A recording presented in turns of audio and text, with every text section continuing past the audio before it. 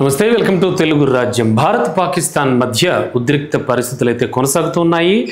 ఏ క్షణమైనా యుద్ధ మేఘాలు కమ్ముకుంటాయని పాకిస్తాన్ అయితే చాలా భయపడి చేస్తోందని చెప్పచ్చు. మరి ఇప్పటికే సైనికులకు సెలవులు కూడా రద్దు చేసేసింది. ఇటు భారత్ కూడా 1971 తర్వాత first time civil defence drill కూడా సిద్ధమైంది. అయితే ప్రస్తుతానికి ఈ నేపథ్యంలోనే 5 ఏళ్ల కిందటే ఓ పరిశోధనాత్మక కథనం ఒకటి ప్రస్తుతానికి వైరల్ అవుతోంది. ఆ పరిశోధనాత్మక కథనం ఏం చెప్పింది, అసలు అందులో ఏముంది అసలు అంటే, బ్రిటన్కు చెందినటువంటి రాట్లెడ్జ్ అనేటువంటి ఒక ఆర్గనైజేషన్ 2019లో ఒక థీసిస్ పత్రాన్ని విడుదల చేసింది. అదేంటో తెలుసా? 2025లో ఇండియా అండ్ పాకిస్తాన్ మధ్య ఖచ్చితంగా యుద్ధం వచ్చే ఛాన్స్ ఉందని ఆ నివేదిక తెలియజేస్తోంది. ఇదే ఇప్పుడు అందరినీ ఆలోచింపజేస్తోంది.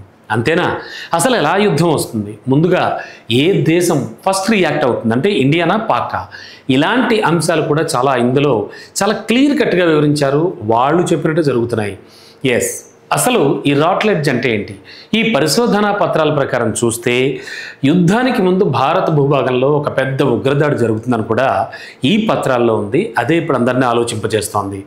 మరి అందులో చెప్పినట్టుగానే పెహల్గాం దాడి అయితే జరిగింది, మనకు తెలుసు. ఒకవేళ యుద్ధం వస్తే కనుక ముందుగా పాకిస్తాన్ అణుబాంబు ప్రయోగిస్తుందని కూడా ఆ పత్రాల్లో చాలా క్లియర్ కట్గా చెప్తున్నారు. మరి భారత్ పాక్ మధ్య ఇప్పటికే చాలా యుద్ధాలు జరిగాయి. అంటే కొన్ని యుద్ధాలు అయితే జరిగాయి.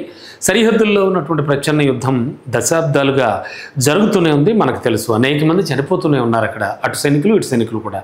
అండ్ సామాన్య ప్రజలు కూడా బలవుతున్నారు. ప్రతిసారి పాక్ పరాభవం ఈ సందర్భంగా ఎదురవుతూనే ఉంది. అందుకే ఈసారి పాకిస్తాన్ చావుకు తెగించి అణుయుద్ధం మొదలుపెట్టే అవకాశం కూడా ఉందని రాట్లెడ్జ్ పరిశోధన పత్రాల్లో తేలింది. ఇందులో భాగంగా భారత యుద్ధ ట్యాంకుల్ని టార్గెట్గా చేసుకుని సరిహద్దుల్లో అణుదాడికి దిగుతుందట పాకిస్తాన్. అది కూడా నివేదికలో ఉంది. మరి ఆ తర్వాత ఇండియా అయితే ప్రతి చర్యలో భాగంగా పలు నగరాలపై కూడా దాడులు చేస్తుందట. సో ఈ మేరకు ఇండియాలో ఉన్నటువంటి కీలకమైన 30 ప్లేసెస్ అన్ని పాకిస్తాన్ అయితే టార్గెట్ చేసినట్టుగా కూడా ఆ నివేదికలో కనిపిస్తోంది. అటు భారత్ కూడా పాక్లోని 10 కీలక ప్రాంతాలని మట్టిలో కలిపేస్తుందని కూడా ఉంది అందులో.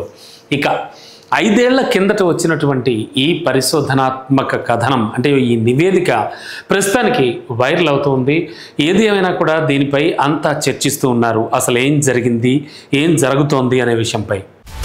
హలో, తెలుగు రాజ్యం ఛానల్ చూస్తున్నారా? సామాజిక రాజకీయ జీవన చిత్రణే తెలుగు రాజ్యం. అతిశయోక్తులు అసత్యాలు ఉండవు. రాజకీయ కోణం కాదు, ప్రజా కోణమే కొలబద్ద. తెలుగు రాజ్యం వీక్షణ మీ ఉత్తమ అభిరుచికి నిదర్శనం.